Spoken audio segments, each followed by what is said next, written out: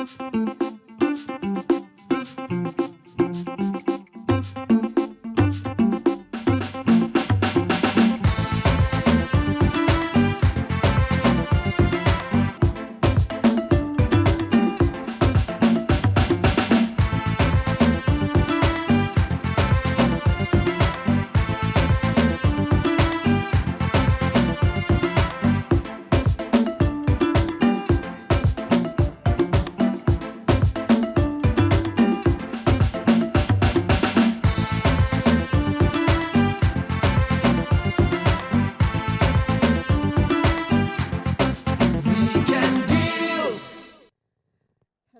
nice to have you join us again on the program We Can Deal, reaching you from the Nigerian Television Authority.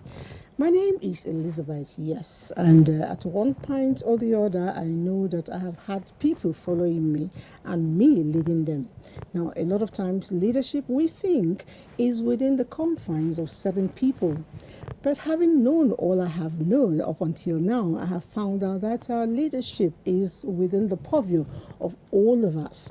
At one point or the other, we are a leader, be it in your school, at home, in your office, even the general society.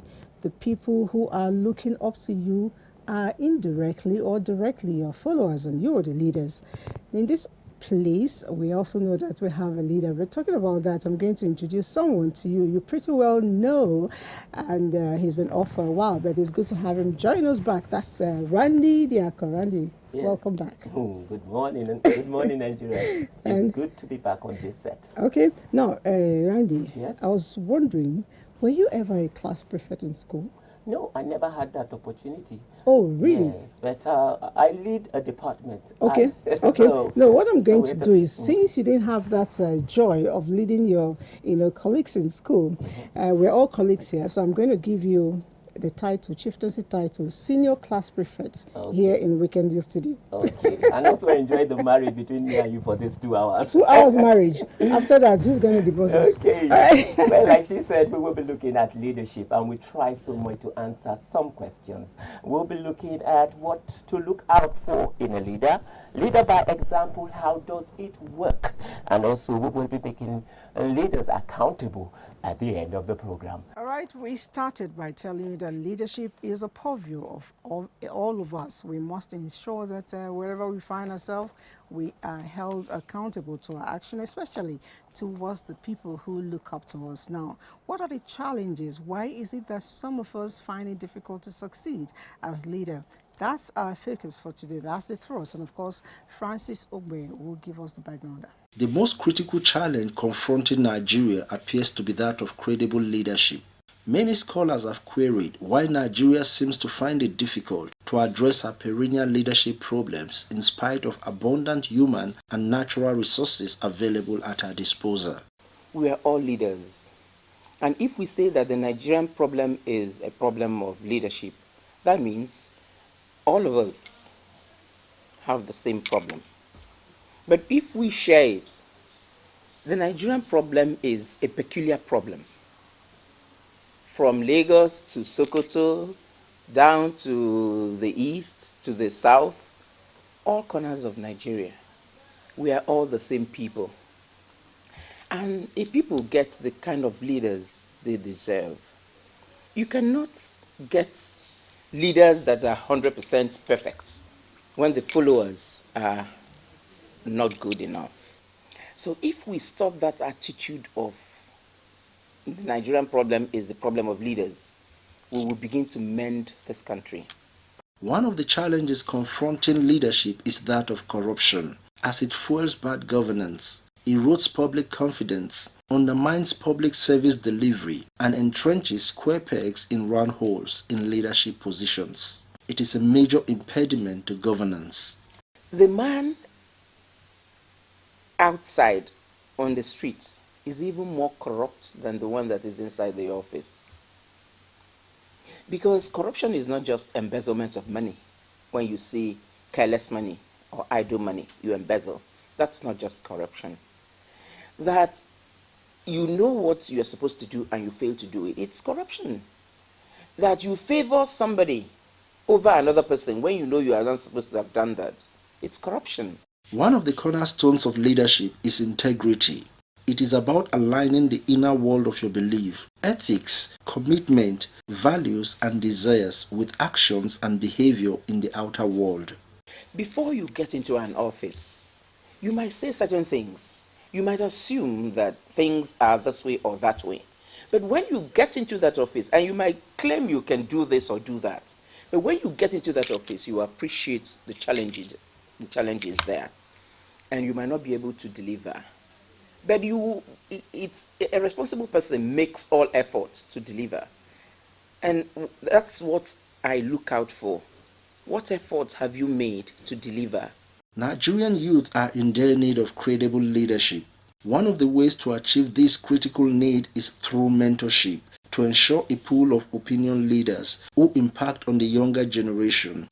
Those who are to be mentored are supposed to be ready to be mentored. They are supposed to show that they are responsible enough to be mentored. I'm not saying that there's no problem here. If I say there's no problem, I'll be lying to myself. The youth want to be more than they are supposed to be at this level.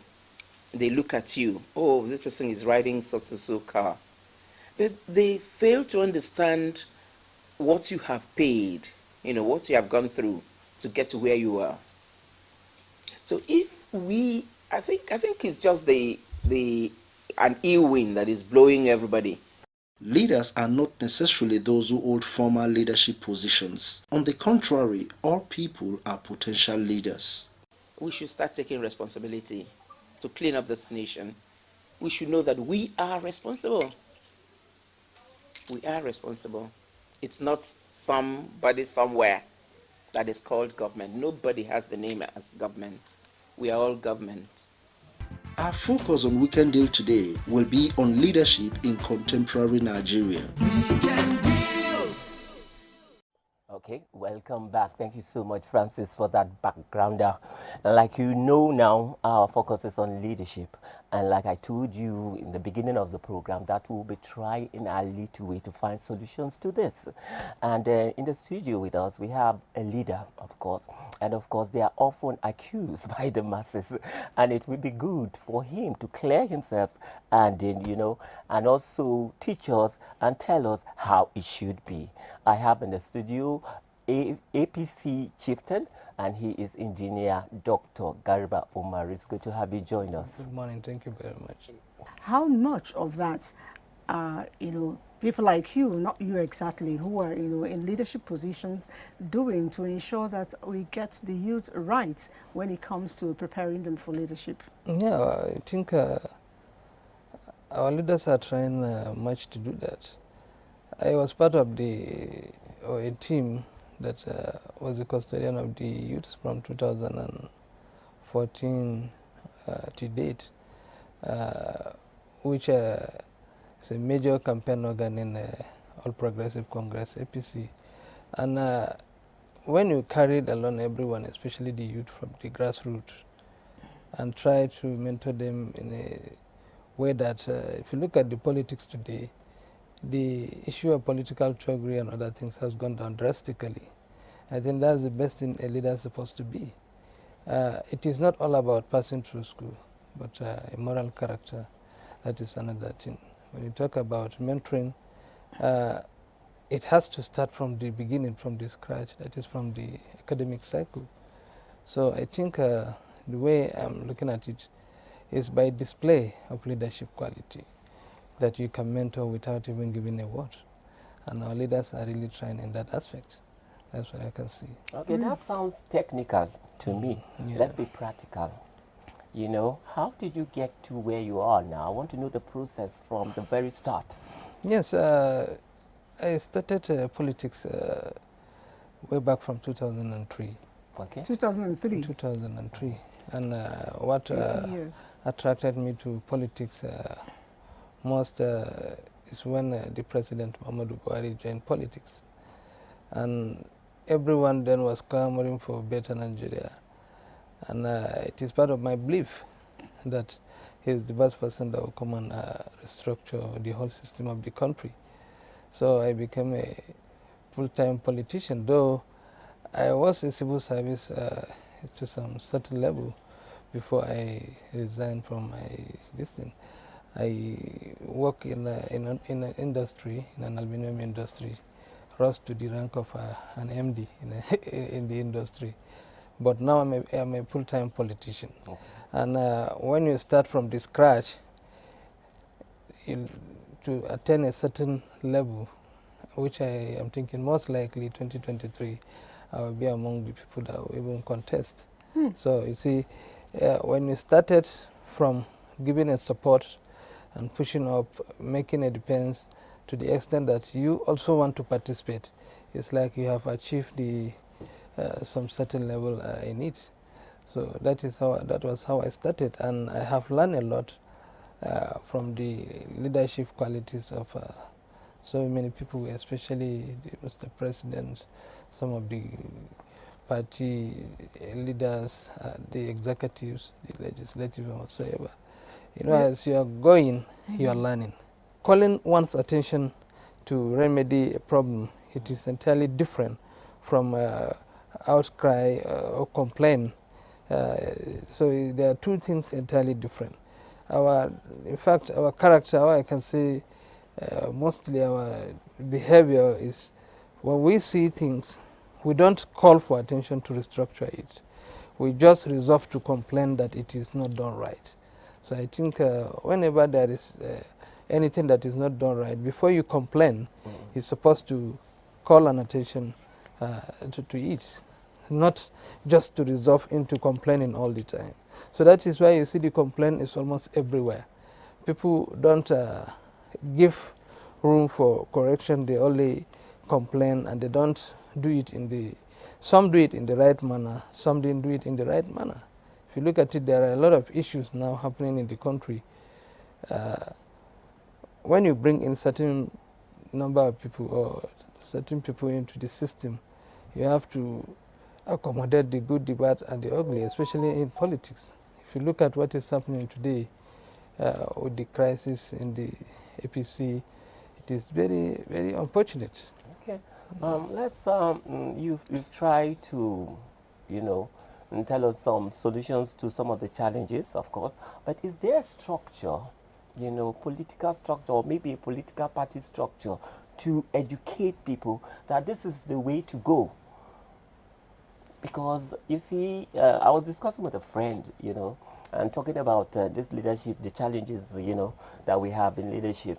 And I was like, Nigeria is so blessed that we are blessed. We have human and natural resources. We are the largest economy in Africa. Every other thing is going well. But leadership.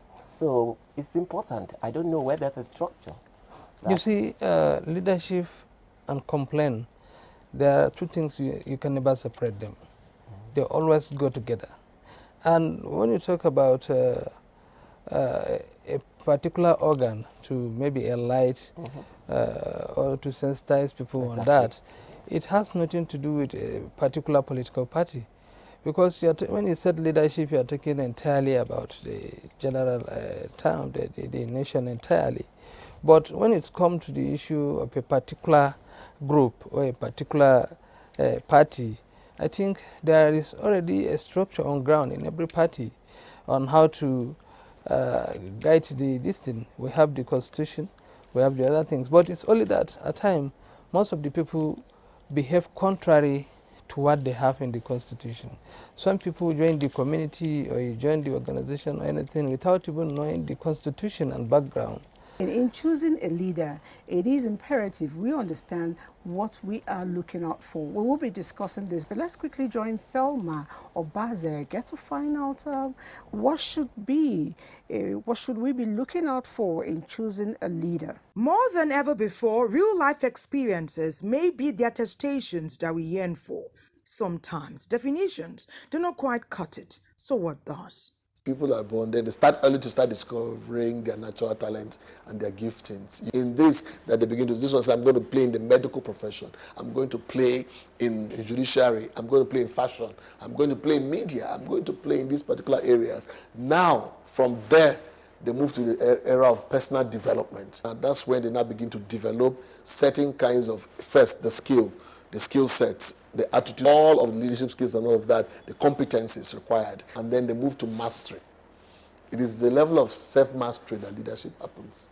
Leaders are made. Some are giving thought to the process that gives rise to leadership and leaders. People who get into a position by accident, trust me, most of the time will not be able to make the type of difference that is required to lead. Leadership is prepared for. If an opportunity shows up as a result of your preparation, you know what happens? You will be top performer. It is contingent upon a leader in any field or endeavor to optimize an approach that brings about the most positive result. Leaders are chosen amongst the people. A good leader must have feedback. You must have people that you listen to. People who are true. Because if they are faithful and they want to help you, they will listen to the people. They will see the plights of the people, and then they will come back and report back to you. I don't think leadership cuts across age and or ethnicity or tribe. I think it just cuts across intelligence. And intelligence should not be limited to theory. It should be practical. Not things we write on book. We should be seeing things visibly. You should say you are going to do this, and you should carry us along. We should see where you're heading, and we should see that, yes, you can take us there. The quality of a good leader is to give his best to those people that is led. How do you give them the best? You sacrifice. And in addition to that, again, a good leader is expected to be self-determined. Self-determined in the sense that it can take some decision that suits the economy. Now more than ever before, who and what you are can be determined by the legacy your imprints make over time, made or born, or a combination of both, leader or follower. We must start seeing our youth as assets. When you start seeing our youth as assets, can I borrow and build 8-star technical centers that from start to finish is top-notch in terms of infrastructure, in terms of faculty? Many young people in this country that can become plumbers, trained with the right attitude and leadership capital, with the competencies that can be exported to a place like Singapore or China or Zimbabwe or anywhere in America. Whenever you are given an opportunity to make an impact or a difference or to change or to elevate the standard or status in a situation or experience, someone is taking a chance on you. Give it your all. Who knows what can happen? Bigger opportunities and responsibilities may follow. All right, it's still Weekend Deal, and we still have Dr. Garba seated here with us. And I know you're APC chieftain. I know there is something going on within the APC leadership, all the tussling. But before we get to x-ray that, I'll need you to help me quickly look at the place of integrity, because this is one of the things the people there mentioned, in place of integrity in a leader. I think every leader is voted into any office based on anticipation of integrity from his people. Nobody can achieve anything without that mark of integrity. It's only that it can be true or not. Even those that doesn't have that integrity will try to forge a style to portray to the world that they have that integrity. Integrity is what makes a human complete. What is happening within the leadership in APC? We did the leadership in APC. I think it is still lingering on that issue. You see, when you have a leader, in whatever case, a leader must be respected. It is very unfortunate that if you have some people within the circle that are entrusted or was once entrusted with leadership qualities or leadership assignment from their people to misbehave. What is happening in APC today, it is very, very unfortunate.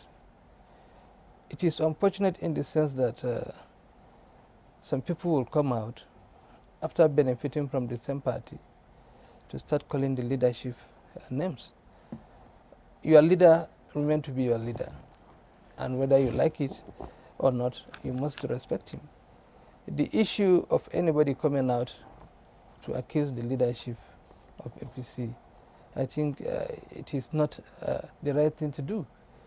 If anybody feels he is more educated than the leadership, he's supposed to follow the right way and take over the leadership. But you cannot come and make a general term calling the leadership names. The Vice President of the Federal Republic of Nigeria is a professor of law, and he's a member of APC. And we have the Minister of Justice, he's also a member of APC. And even in the party circle, the Director of Administration of the party, I think, is also a professor. So somebody coming out from nowhere To call to names. say the party, stark illiterates controlling the party. You cannot just come simply because you have a diploma from Kaduna Polytechnic to caution everybody and call stark illiterates. Let's talk about the followers. How can followers make your job easy for you? That is the issue we are talking about now. Some followers are not easy to handle. When a follower So how do we is handle them? Yes, that is it, and that is the way they are being handled. When a follower is trying to, if you look at it, I must still give you reference to this case of APC. Some people even went to the extent of taking the constitution to media. I don't know. You must be a constitutional lawyer before you interpret a constitution. But you cannot just come maybe having a diploma in engineering and sit down in the media trying to interpret the whole constitution. The constitution of APC says in every state, the governor is the leader of that party. So I don't see any reason why somebody that is not even in office, he was once there, come there to say, no, the leadership this, the leadership that. This leadership of SPC, you are saying, it is not just somebody that appoints himself. There was a meeting in the State House presided by the president, who is the member of the APC, and then appointed these people. So for you to come out and say this, it's like you're challenging the president and everybody. All right, thank you very Thank you much, so much. Doctor, for coming on the show. As always, you bring it on board and educate us further. Exactly. Leadership is, much as someone is on top, every other person is involved, be it a follower or be it a leader. We need to all put hands together to make things work. And so we've been speaking with an LPC stalwart in the person of Dr. Garba Umar. He is also an engineer. Thank you for coming on the show. Thank you very much. All right, when we talk about leadership, how much of example do you give? Well, I think the way you were brought up, you don't act these things. If you are well brought up, it shows. You don't have to act it. I think I'm well brought up. Yes, Okay. obviously you are. So Obviously so you let's are. go to Lagos Network Center and get to find out leadership by example. Patriotism is often measured by the loyalty of a people to their nation. This is the love for or devotion to one's country. Having a sense of patriotism, it also demands that citizens should contribute their quota to the development of a nation. One credible bedrock of development is economy and growth, which is usually triggered through investment and attitude. You don't need the government always to enable you do what you're supposed to do as a citizen. You can see that the NSAS protest, for instance, did not draw from all persons in the society. Not many people were ready to participate. And it was even a demonstration of the fact that the people themselves, how good are they? How sure are we that if they had taken over power, that they too can live up to that historical mandate of providing responsible leadership? Over the years, since the return of democracy in 1999, less attention has been paid to taxes, which is one of the fundamental rights of a nation, to make it possible for infrastructure and provide provision of service to humanity. We all know the reason why governments are collecting tax to maintain the economy, infrastructure, road networks, and the rest of them. We are in a lawless society. You will see vehicle driving against traffic. When you are correcting such a person, you will be abusing you as if it's on his right. So if there is somebody want to cross road unknowingly that a vehicle is coming against traffic, what happen? Accident will occur. So we are the one not obeying the law. If we obey the law as a citizen, things will not go in this way. Consequently, the reality of a nation is for individuals to have a good character and shun ethnic rivalries, gender, religious, regional, and other identities which can become major challenges on state infrastructure that will deepen crisis of development of a nation. The process of selection should be properly, should be restructured so that the best kind of people are thrown up to take up the mantle of leadership. However, where the principle of civic duty, honesty, integrity, and service are not properly instilled among Nigerians, politicians may play street politics and take advantage of huge financial resources to enrich themselves through grassroots networks. Leadership is not an all-comers affair. If you take it upon yourself to actually preside over the affairs of people, it is a very, very noble objective. And the implication is that you also have to do what? Equip yourself with the nobility of character, intent, and purpose to deliver the goods, without which no person should urge you to get out of the scene. Let somebody who can deliver it do. A political analyst, Dr. Augustine Agugwa of the Department of Sociology, University of Lagos, appeals to the government to promulgate a law that will guide against miscreants extorting funds from law-abiding Nigerians performing their civic responsibilities. We have all what it takes, materially and humanly, to place Nigeria in a position of what? Envy. But we need that person who will come and say, I will live, breathe, see, think, hear, and swim and sink with what will make Nigeria great. Therefore, both citizens and political leaders need to build a society with core values that will espouse what we hope to achieve for the country's future. Okay. Well, if you're just joining us, the program is Weekend Deal, showing on Africa's largest television station, NTA. Gone by a feature from there and talking about leadership by example. Now it's time for us to go to the ancient city of Ibadan. And guess what we will be talking about there? We'll be talking about the role of individuals as leaders. Let's see what this is all about. Leadership and good governance are crucial to realizing giant strides in pursuit of development anywhere in the world. The concept of leadership does not stop at the doorpost of political leaders alone, but start from our individual homes, families, workplace, and various spheres of human endeavor. It is often said that a society is as good as its leaders. This attests to the fact that the type of leadership a nation or society has often reflect on the impact of development and well-being of the society. To achieve the nation of our dreams and good leadership in our society, all hands must be on deck and we all must take responsibility of our environment and society and problems of our society. What are the challenges of leadership in Nigeria and why do people pass the buck on the headship of a government, forgetting that they are also leaders in their own right? The reason people pass comments or pass negative things about leaders is that many of these leaders, rather than take charge, rather than take responsibility of their office, pass the buck onto others, onto the subordinates, onto the civil servants in their ministries, or onto the officials in the state or at the national level. So when a leader does not want to take responsibility, people will not respect such leaders. And so that's where you find so much of people blaming the leader Many of our leaders, I don't want to take responsibility. People have a right to complain because expectations are being raised, and that's why when they are campaigning, without the roads, infrastructure will be put in place.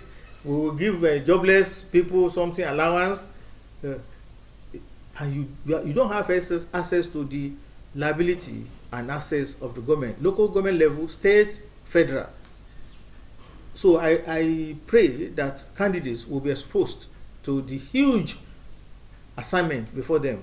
Some respondents shed more light on the role of individuals as leaders in nation building. Is to build our home first. Before we go to the city, how is our home be? Teach your children the way they should go. Let them know the right and wrong. Let them know what to do. If at all they grow up and they want to become leader, what they should know. From home, we need to know the best. That leader must be prepared. There must be an agenda or a manifesto that he or she will have brought forward for the people, that if we win, if my party wins, or if I win, these are the things I promise to do. Our role should be, one, to lead by example. If you say, don't do anything that is wrong, you as a leader must be prepared to show and lead the way. Some individuals are of the opinion that attaining position of leadership is restricted to only those in government. How have we fared as individuals in our responsibility? Political leadership, economic, social, religious, traditional. Leaders are made, but now we are talking politics. It's not restricted to government at all. It's not restricted. And leadership comes in different ways, either through inheritance, through educational attainment, through many ways. For our nation to progress and make meaningful development, every individual must rise up to the challenge of attaining leadership position and contributing their quota to the development of our country, Nigeria, in order to move the nation forward. All right, the role of individual in leadership, and if I put in my local translation, it simply means your role, my role, whether we're on top or below, we all have a role to ensure that the leadership succeeds. And, well, we'll still be delving into issues around leadership, and this time we have another gentleman joining us from the religious world. He is the director of Psycho-Spiritual Institute of Luxtera Leadership Foundation, Nairobi and Abuja, and he is Reverend Father Richard Ehusani. Thank you for coming on. Thank you for having me. All right, you alternate between Nairobi and Abuja? That's right. Okay, so are you in Abuja now or Nairobi? I'm in Abuja now, of course. That's why I'm here. It's good to have you join us. Thank you. Okay, I'm wondering, when I was growing up, really, I had a lot of influence, by spiritual people, Reverend Fathers, Reverend Sisters, and a whole lot of them, played an active role in my life. I think I wouldn't have been who I am today without them. Yeah. So I'm wondering, is it still the same? What is the role of the religious, be it in the Christendom or Islam or wherever? What is their role in ensuring that people are straight as they grow? Oh, yeah. I mean, judging from the experience you just recounted of yourself, there are many people who still have the same story to tell about religion. And it doesn't have to be Christian or Islam or whatever religion. Religion always has that role to play in the formation of human character. So what people become in the future,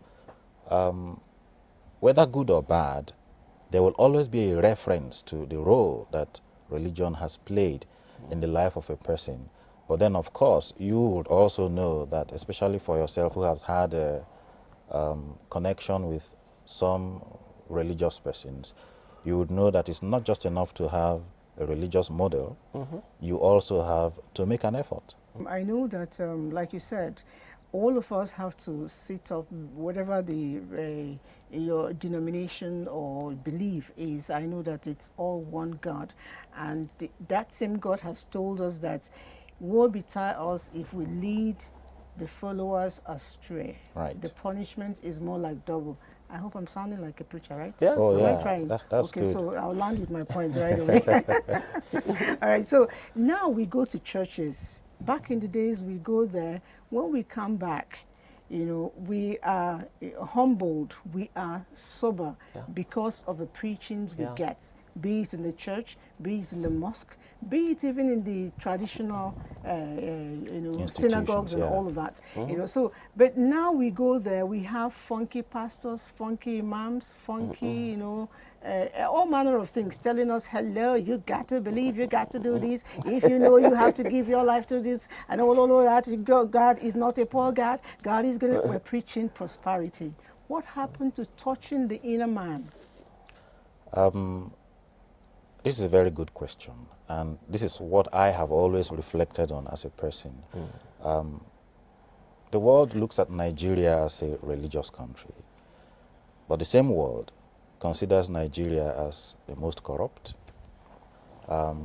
Something is missing somewhere. And you see the religious institutions that should be a beacon of hope, they have joined the bandwagon. And I'm saying that with a measure of pain in me, because I know that religion is not the problem of this country. If anything, religion is the solution. Exactly. But the practice of religion is where we have the problem. Because to say religion is a problem now is to say God is a problem, and he can't be. Religion is about God. It is about the practice of religion. And I give you instances of reasons why we are where we are. There are many people who go to the pulpit and talk about God in a bid to win people over. They are not truly called to be there. For instance, the gospel of Christ doesn't need comedians. It doesn't need me doing all kinds of gimmicks to sell it to you. The gospel sells itself. And I believe same of the Quran. Things about God are straight and direct. Yeah. So we don't need anything to sell it. Say it the way it is. Okay. What's the way out? Right. The way out is, they say a fish gets spoiled from the head, right? Religious leaders have to wake up, because I will not put the blame too much on the followers. Religion has a lot of emotion in it, even though it is spiritual. It usually begins with emotion, but it must go into being spiritual. When you use religion to whip up sentiments, when you use religion, as an instrument instead of as a way of life, then it becomes a problem. And that's the call I make to all religious leaders in this country, to wake up and stop using religion as an instrument of self-aggrandizement. Religion should be a way of life, and if they live it well, the leaders, the followers will also see where we are supposed to be headed. Okay, there was something you said about fish spoiling. I never heard that before. Oh, yeah. Fish spoils from the head. Okay, it's interesting. So we're going to join Tete now to look at leadership and reward for exceptional behavior. When we come back, I will still be asking you more questions. Ideally, selfless acts and deeds of kindness ought to be rewarded, especially in a society where these acts are few and far between. In some instances, these people who perform these acts are made fun of and regarded as naive or even stupid. Obviously, if we take a holistic view of our society and the operational mechanism of leadership, you discover that people who do good, people who are morally upright, they don't there's no place for them. There's no reward system for them whatsoever. It's better, let me state an instance. The National Assembly and various lawmakers in various states, they dissipate much energy in making laws to punish offender. Making law to punish offender, there's no law as it stands today in Nigeria to reward people that are doing good and people that are doing excellently well. A good instance of this is when President George Weah of Liberia rewarded a boy identified as Emmanuel for returning $50,000 to a businesswoman who had lost the money. Despite initially being mocked, Emmanuel was rewarded with a scholarship all the way to his master's degree, money to set up a business, and honored with one of Liberia's highest orders of distinction. Another exemplary act of integrity is that of Miss Josephine Agu, a mere airport cleaner who has consistently found lost monies amounting to millions and returning them untouched.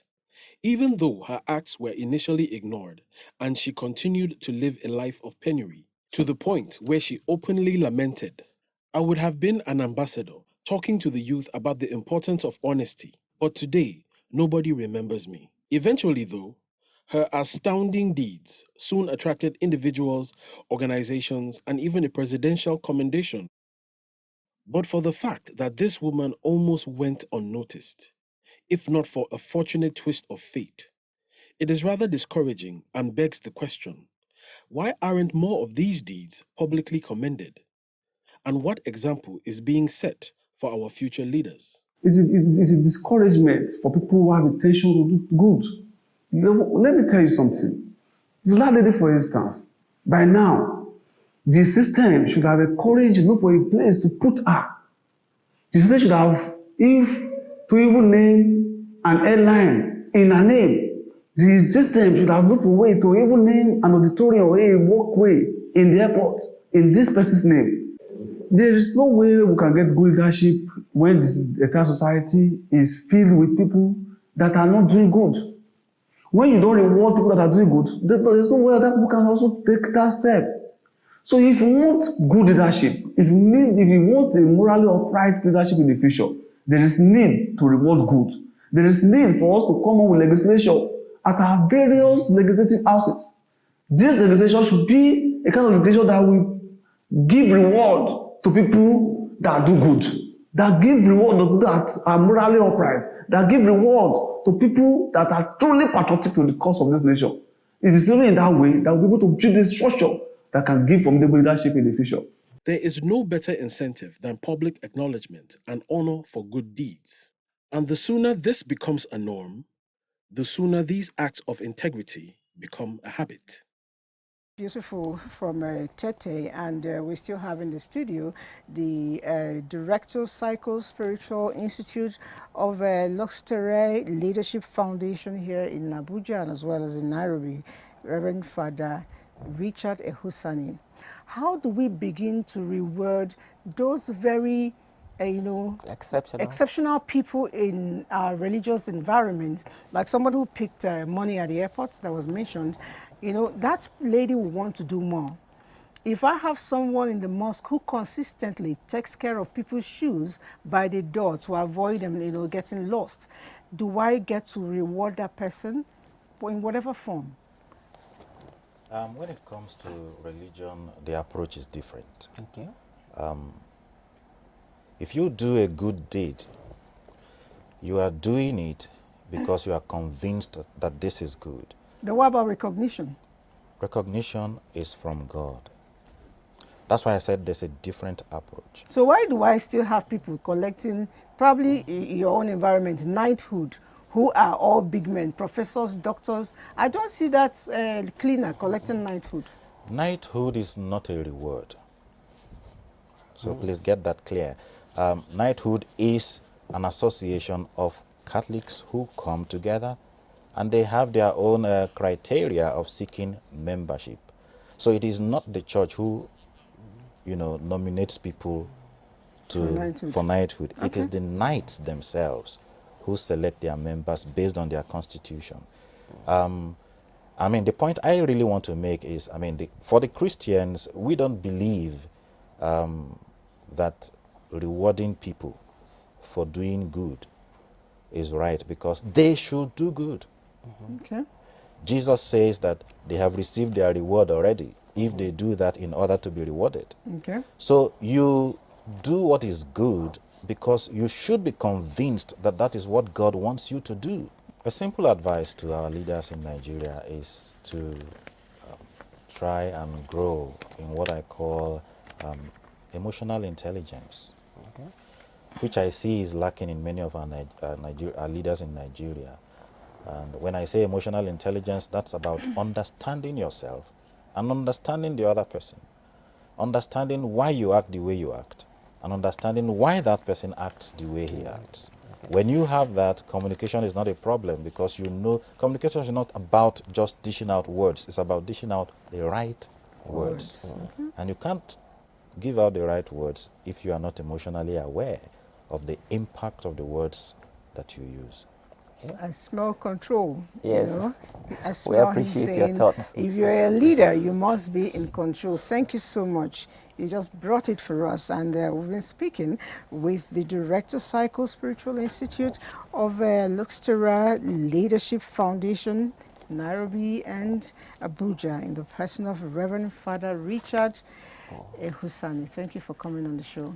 Okay, if you're just joining us, the program is Weekend Deal, and we are showing on NTA Network. Our focus today is on leadership, challenges of leadership here in Nigeria, and of course, it has been worth the while so far. I'm sure you've learned one or two whole things. lot, a whole lot. It's more than one or two. I've learned quite plenty. Yes, and you know, it means that it's a two-way thing. It's Mhm. not, you know, always heaping on political leaders why everything starts with you. Yes, And you know and that people have power and they don't know. Yes. Citizens have power and they don't know. Yes, they do. And one of the powers that they have, and many don't know, is that you can recall your representative Like this. in democracy.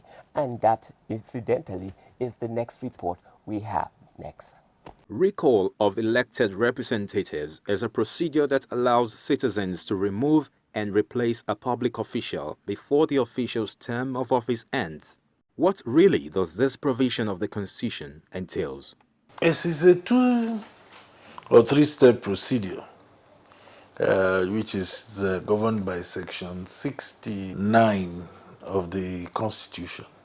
And it relates to where constituents are not happy with their senator or their representative. They can commence a procedure that will remove him from office, and they can elect the one that will do their bidding. And this is the procedure. First, a petition is submitted to INEC by at least half the population of the voting constituency whose names are in the voters register for that constituent. So if you have a 1 million voting population in a senatorial district, you must have a petition signed by 500,000 persons whose signatures will now be verified by INEC from the signatures of the same voters in their voters register. Once INEC approves that the petition meets that constitutional yardstick, the next step will then be to conduct a referendum, whereby within that constituency, the voters come out to vote simple yes or no. By simple majority, once the constituents voting say they have confidence in the senator or the representative, that's the end of the matter. But also the simple majority, once their vote is that they do not have confidence in him, at that point he stands removed automatically from office. The fact that power ultimately resides with the people who are governed, either through voting or recall of elected representatives, is the beauty of democracy. The electorates determine the shape and form of governance in any democratic process. It is true that in any democracy, power should reside in the people. However, whether the people know that they possess the real power to make changes in their lives as it relates to their governance is a different question altogether. Are they sufficiently enlightened to know what their rights are, to know what their responsibilities are, to know what their duties are, and to know what their expectations are from the people they elect to govern them? Is the electoral process such that it is a fair reflection of the wishes of the people? Because if it's not a reflection of the wishes of the people, then you cannot talk of the people owning their own rights or being in charge of such a democracy. They have a chance every 4 years or every time there's a general election to sit back and rethink and take back the process. However, because of the vagaries of human behavior, you find that because some people do not really bother who governs them, some people take money in exchange for their rights and don't care. Some are not even interested. They think that because we are comfortable, we don't need to bother about who rules us. Their business doesn't affect us. But that's what we're seeing in Nigeria. That as of today, the elite who did not care about who would rule them are now feeling the brunt of the mosquito team of the political class that is now ruling them. If they had known in 1999, many of those who are crying today would have been the ones ruling, as opposed to the characters that now came to take over power. The framers of the Constitution envisage a situation whereby some elected representatives would not live up to their electoral promise in the areas of accountability and service delivery to their constituents. Hence, the 1999 Constitution of the Federal Republic of Nigeria provides for a recall process to be envisioned in the Constitution. This process ultimately transfers power to the electorates to recall non-performing representatives before the expiration of their stipulated tenure. I doubt if it will work because usually the plot to remove does not come from the people. It comes from rival political class, and it's usually a very expensive business going to tell people to remove their son that has not offended them. So if the clamor for removal comes from the people, one is it's understandable. But the people seldom engage in that kind of a thing. It's usually as a result of power tussle between two political bigwigs and one trying to use the people. People would rather wait until the next 4 years when they have a right to choose, then they reject him. However, the recall process has not been successfully carried out since the attainment of democracy in Nigeria. Several attempts were made to recall a number of legislatures, but none of the attempts was successful, due largely to the cumbersome constitutional provision to recall a member of the legislature. All right, so in leadership, when we talk about the political one, we start from the grassroots, and the grassroots is usually identified with the councillors and the chairmen who are in charge of the local government. Have you ever participated with the local government elections? Of course. Okay. Did you Yes, vote? I did.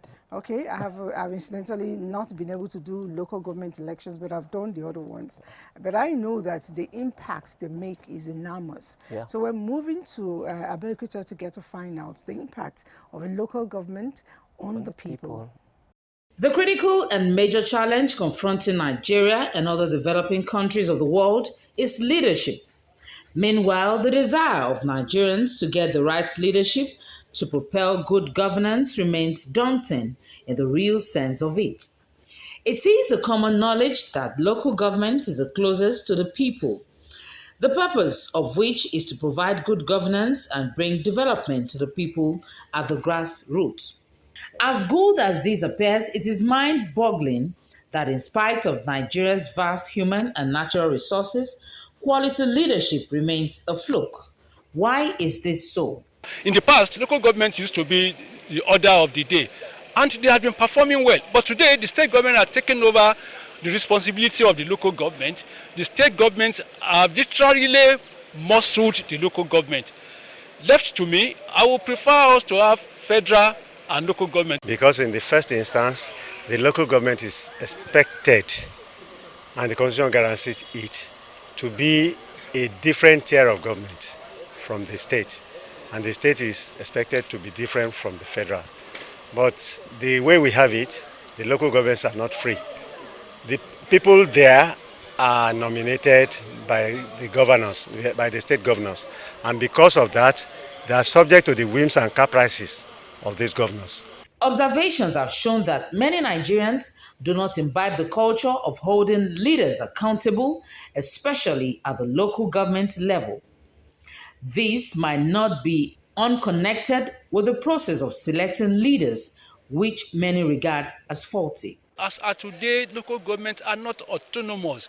Those in the aims of affairs are literally unpicked by the governor. So they are subject to the control of the governor. Whatever the governor wants them to do, that's what they will do. In fact, the governor can say, I'm sacking this local government chairman, I want to impose a sole administrator. So if we have completely autonomous, in all respect, local government system in this country, and the local governments are cut away from the stranglehold of the state governor, they will perform.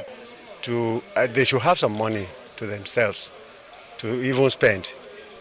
But as things are now, even though the president said he would send money directly to the local governments, are they still not running joint account with the state governments?